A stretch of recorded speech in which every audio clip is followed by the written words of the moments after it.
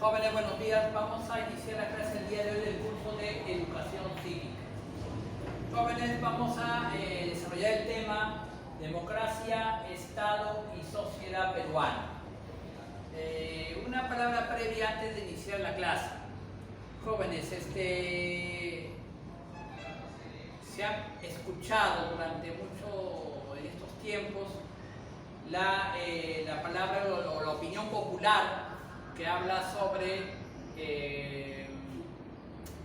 democracia, comunismo, enfrentamiento entre los dos y que la sociedad peruana debe elegir la democracia. Y que la democracia es una forma de gobierno que en estos momentos no está dada en el Perú, dicen así. Jóvenes, quisiera explicarles bien las cosas. Ustedes son estudiantes, ¿no? Y como parte de su formación es conocer bien los términos y no dejarse guiar por la opinión popular, no dejarse guiar por la confusión. Primeramente decirles esto: la democracia no es forma de gobierno, nunca lo ha sido. La democracia es una forma de convivencia, una forma de convivencia que está insertada dentro de los regímenes políticos. Es una connotación moral o ideológica de un régimen, usted puede decir, pero no es una forma de gobierno. Solamente existen dos formas de gobierno en el mundo, jóvenes: la monarquía y la república.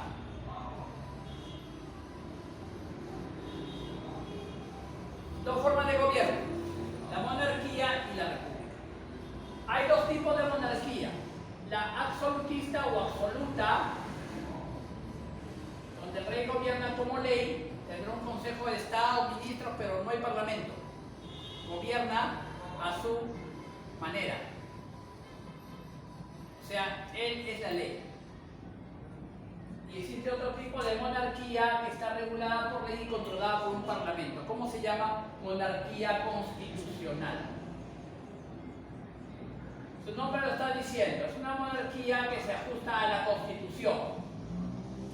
¿Qué es la Constitución? Es el documento primario de ley que ordena, disculpen la redundancia, el ordenamiento jurídico, económico, social, administrativo de un Estado, de un país.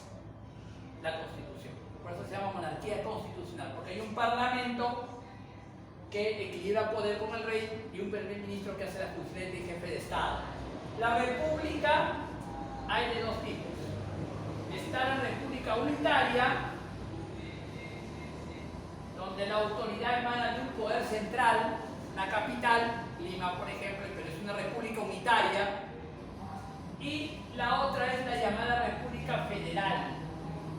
La república federal, por ejemplo, Alemania, Argentina, Venezuela son repúblicas federales, porque aparte del jefe de Estado hay un gobernador regional que hace las funciones de gobierno en su región determinada.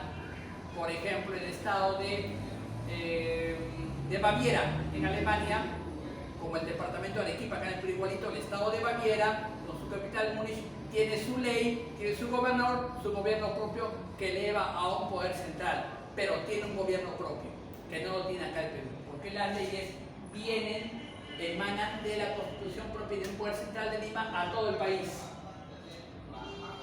Entonces, esa es pues la diferencia entre una república unitaria centralista y una república federal o autonomista regional, ¿no? Federativa, por eso también se le llama. Si lo aplicamos en la religión, este ejemplo, podríamos decir que la Iglesia Católica es una iglesia unitaria, centralista, y la Iglesia Ortodoxa es una iglesia federal, porque es federación de iglesias. Eso lo hemos visto en clases de cristianismo, que lo volvemos a desarrollar, ¿no? Cuando se forma la Iglesia Cristiana de Oriente, la Iglesia Ortodoxa, y posteriormente los cristianos de Occidente, los llamados católicos apostólicos y romanos. Pero como aquí no estamos haciendo religión, sino política y sociedad, vamos a observar que estas son las dos formas de gobierno que existen, las únicas. Entonces la democracia puede estar insertada aquí, o en cada una de ellas, o en ninguna tampoco. Hay repúblicas que son dictaduras. ¿Dónde está la democracia? ¿Se da cuenta? Entonces la democracia no es forma de gobierno, como tampoco lo es el comunismo, sino que la opinión popular hace así las cosas para que la gente le entienda hay que explicar bien las cosas, jóvenes, para que entendamos bien, porque ustedes son estudiantes y futuros profesionales. Entonces, el Perú es una república desde que nació en 1821. ¿Qué es una república? Una república es una forma de gobierno donde los asuntos de Estado son asuntos de interés común, participación común de todos. La palabra república viene del latín res, que significa asunto, y publis, que significa popular, el pueblo. Res publis, la república. ¿Se da cuenta? Que fue una forma de gobierno que también fue creada por los griegos, pero bien utilizada por los romanos. Mire usted, los romanos, en su tiempo en que se desarrolló la república, lo hemos visto en Historia Universal, ¿qué sucede? Ellos hicieron gobernar a 3 o 2 personajes al mismo tiempo para equilibrar el poder. Por ejemplo, hubo un triunvirato entre Julio César, Pompeyo y Craso. Los tres se equilibraban en el poder. Y había un senado romano que era como una especie de parlamento muy fuerte que controlaba esos asuntos. Se da cuenta, el poder estaba dividido.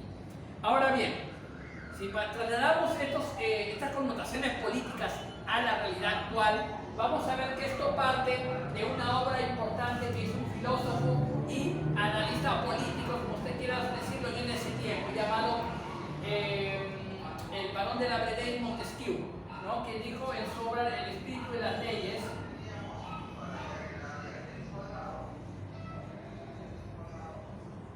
sobre el espíritu de las leyes, hace mención del ejemplo inglés, ¿no? En el ejemplo inglés, por ejemplo, se da este caso. Jóvenes, el poder es unitario, monolítico en todo el mundo. En todo el mundo el poder es unitario. Detentaba antes en una persona. Por ejemplo, ¿quién? A ver, Moisés, el líder de los hebreos que salieron del Mar Rojo, los judíos. En esa persona detentaba el poder. Era un absolutismo, una monarquía absolutista, o al menos un patriarcado, que no estaba antes de la monarquía. El primer rey creo que fue Saúl, el rey David, ¿no? Era un monarca absoluto, pero no tenía todo el poder en sus manos, ¿no? Pero el poder se divide, jóvenes, en una sociedad actual. ¿Cuál es? El poder para ejecutar las obras, el poder ejecutivo. El poder legislativo, para legislar las leyes y aprobarlas o no. Y el poder judicial para fiscalizar a ambos y a sí mismo. Ahí está el poder, jóvenes. El poder se divide en 3. Y los 3 se controlan cada uno a sí mismo. Presidente del Poder Ejecutivo, el presidente del país. Del Legislativo, el presidente del Congreso. El presidente del Poder Judicial, el presidente de la Corte Suprema. Ahí está, o en todo caso el poder designado por la Corte Suprema para ser presidente del Poder Judicial. Ahí están los 3 poderes públicos del Estado peruano. Esto constituye, jóvenes, el Estado del Perú. El Estado peruano. Estado peruano, ahí está. Por favor, no confundir Estado con gobierno. El Estado es una cosa, el gobierno es otra. El gobierno es la dirección política que tiene un Estado y lo ejerce el Poder Ejecutivo, que es el órgano de gobierno. También lo ejerce el Poder Legislativo, en un grado menor, pero más lo hace el Poder Ejecutivo. Ambos son gobierno. En cambio, Estado es todo esto, jóvenes. Toda representatividad que tenga que ver con la legalidad amparada por la Constitución es también Estado. Entonces, jóvenes, vamos a ver que para que se organice un país, de acuerdo a estas normas, tiene que necesariamente tener los siguientes antecedentes. Primero, tiene que tener los tratados o convenios internacionales. Ahí está. Los tratados y convenios internacionales que ha firmado el Perú son más importantes que nada. Después viene en grado de importancia la Constitución. Hay gente que dice que no, más importante de todo es la Constitución. No, señor. Más importante es el tratado o convenio internacional que ha firmado un gobierno y que sirve, por ejemplo, la Declaración de los Derechos Humanos. que salen en la parte final de los libros y cuadernos que usted compra, tiene en su casa de repente, ¿no? Esos tratados, esa carta constitucional que tiene 30 artículos, por ejemplo, la Declaración de los Derechos Humanos, que se suscribió en 1948 y que el Perú lo hizo como pacto colectivo en 1952, aprobado por el Parlamento peruano, es una constitución en pequeño que tiene supremacía por encima de la constitución peruana, ¿no? Porque es una constitución supranacional o internacional. Y después de la constitución vienen las leyes orgánicas. Las leyes orgánicas de cada estado, ¿no? Por ejemplo, de cada estamento del estado, el Poder Ejecutivo, el Legislativo y el Judicial. Y de ahí vienen, por supuesto, las leyes menores, ¿no? Leyes menores. Entonces, este es el organigrama a gran escala, por supuesto, de la ley que atraviesa toda la sociedad peruana. Entonces dirá usted, profesor, ¿y dónde entra la democracia aquí? La democracia, le he dicho, es una forma real de convivencia humana. ¿En qué sentido? En que los poderes que están aquí representados, el Ejecutivo, el Legislativo y el Judicial, tienen que respetar las libertades personales. Por eso, jóvenes, aquí he traído las dos constituciones, la del 79 y la del 93. Y ambas comienzan con el primer título, que es la defensa de la persona humana. Dice la Constitución del año 79, la persona humana es el fin supremo de la sociedad y del Estado. Todos tienen la obligación de respetarla y protegerla. Y sigue adelante los artículos que amparan este primer artículo, ¿no? Porque sobresalen de él. La Constitución de 1993 dice lo mismo, ¿no? Dice así: la defensa de la persona humana. La defensa de la persona humana y el respeto ante su dignidad son el fin supremo de la sociedad y del Estado. ¿Se da cuenta cómo comienza la Constitución de esa manera? Creando el espacio propicio para normas o formas superiores de convivencia humana, el respeto a lo que usted opina, el respeto a lo que usted escribe, a lo que usted habla en una radio, el respeto a formar un grupo sin que tenga poder de sangre, sin que tenga este problema de contagio de una enfermedad, sanidad o altere el orden público. Aunque la Constitución de 1933 no comenzaba así, comenzaba con una descripción del Estado peruano. La Constitución de 1933 comenzaba de esta manera. Decía así: el Perú es una república democrática. El poder del Estado emana del pueblo y las ejerce por los funcionarios con las limitaciones que la Constitución y las leyes establecen. ¿Se da cuenta?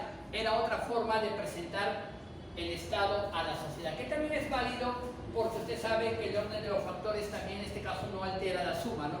No altera la importancia. Cualquier artículo, sea primero o último en la Constitución, tiene validez, ¿no?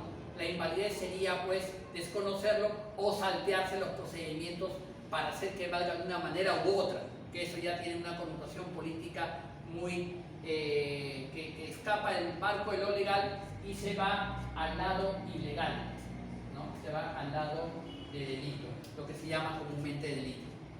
Entonces, ¿qué sucede?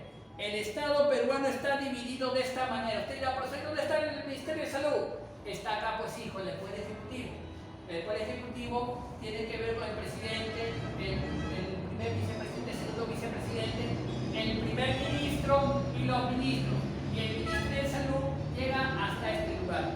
Pero está limitado en sus acciones y fiscalizado y al mismo tiempo aconsejado por este poder que se llama legislativo. Los los congresistas tienen que ver eso, ¿no? Por ley.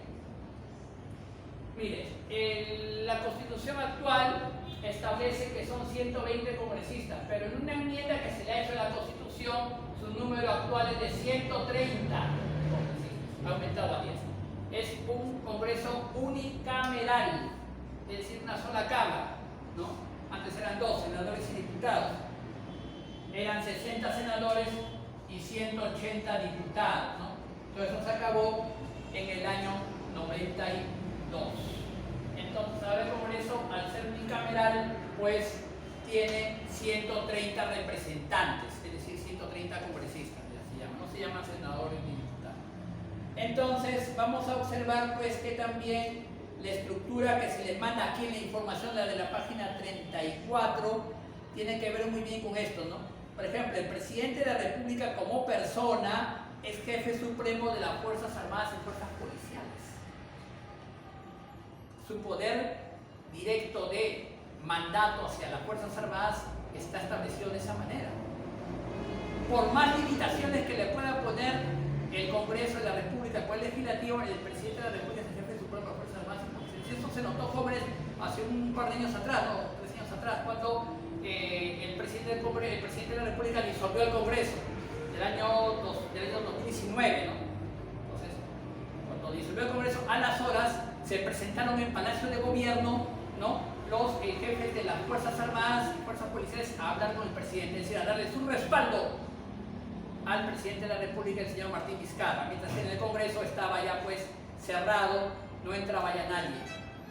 Los congresistas, si querían sesionar, podían irse a la casa de cualquier persona, pero no podían entrar a ese edificio público, porque estaban ya prohibidos, estaba cerrado el Congreso en ese año 2019, 30 de septiembre, ¿no?